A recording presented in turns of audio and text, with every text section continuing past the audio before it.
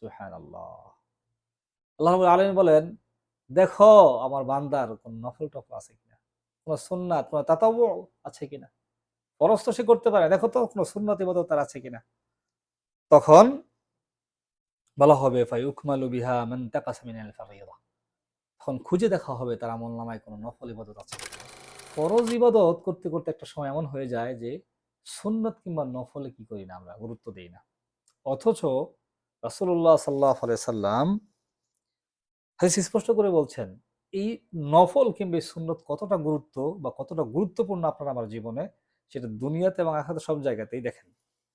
রাসূলুল্লাহ সাল্লাল্লাহু আলাইহি সাল্লাম বলছেন, ইন্না আউওয়ালা মা ইউহাসাবু বিহিল আবদু ইয়াউমাল কিয়ামাতি মিন আমালিহি সালাতুহু। কিয়ামতের দিন সবচেয়ে প্রথম যে বিষয়ে হিসাব আমরা দিব সেটা কি? সালাহ, নামাজের। ফাইন সালাহাত ফাকাদ আফলাহা ওয়া আনজাহ ওয়া ইন ফাসাদাত ফাকাদ খাবা ওয়া খাসির। সালাতের হিসাবে যদি আপনি পার পেয়ে যান, সালাতের হিসাবে যদি আপনি ঠিক হয়ে যান, আপনি ঠিক।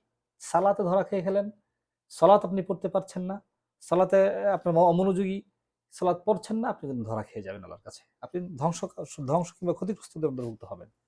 অতঃপর রাসূলুল্লাহ সাল্লাল্লাহু আলাইহি ওয়াসাল্লাম তারপরে বলছেন, ফাইন ইনতাকাসা মিন ফারিয়াদাতিহি শাইউন। আর এমন যদি হয় যে তার ফরজে কোনো ঘাটতি দেখা দিচ্ছে, আবশ্যক ছিল কিন্তু সে করে নাই কোনো কারণে। ফাকালা আর-রাব্বু আযজা ওয়া জাল উনদুরু হাল লিইবাদি মিন তাতাওউ। সুবহানাল্লাহ। আল্লাহ রাব্বুল আলামিন বলেন, দেখো আমার বান্দার কোন নফল-টফল আছে কিনা? কোন সুন্নাত, কোন তাতাওউ আছে কিনা? ফরজ তো সে করতে পারে। দেখো তো কোন সুন্নত ইবাদত তার আছে কিনা? তখন বলা হবে ফায়ুকমালু বিহা মান তাকাসা মিনাল ফারিয়্যিদা। তখন খুঁজে দেখা হবে তার আমলনামায় কোন নফল ইবাদত আছে কিনা, কোন সুন্নাহ আছে কিনা। সুম্মা ইয়াকুনু সাইরু আমালিহি আলা যালিক। ঠিক এমনি ভাবে বাকি যে আমলগুলো আছে সেই হিসাবগুলো এমন ভাবে হবে। অর্থাৎ একটা সময় দেখা যাবে এই সুন্নাহ, এই নফল, এই তাতাওউ গুলো আপনাকে ফরজের চাইতেও বড় গুরুত্বপূর্ণ ভূমিকা রাখবে বা পালন করবে।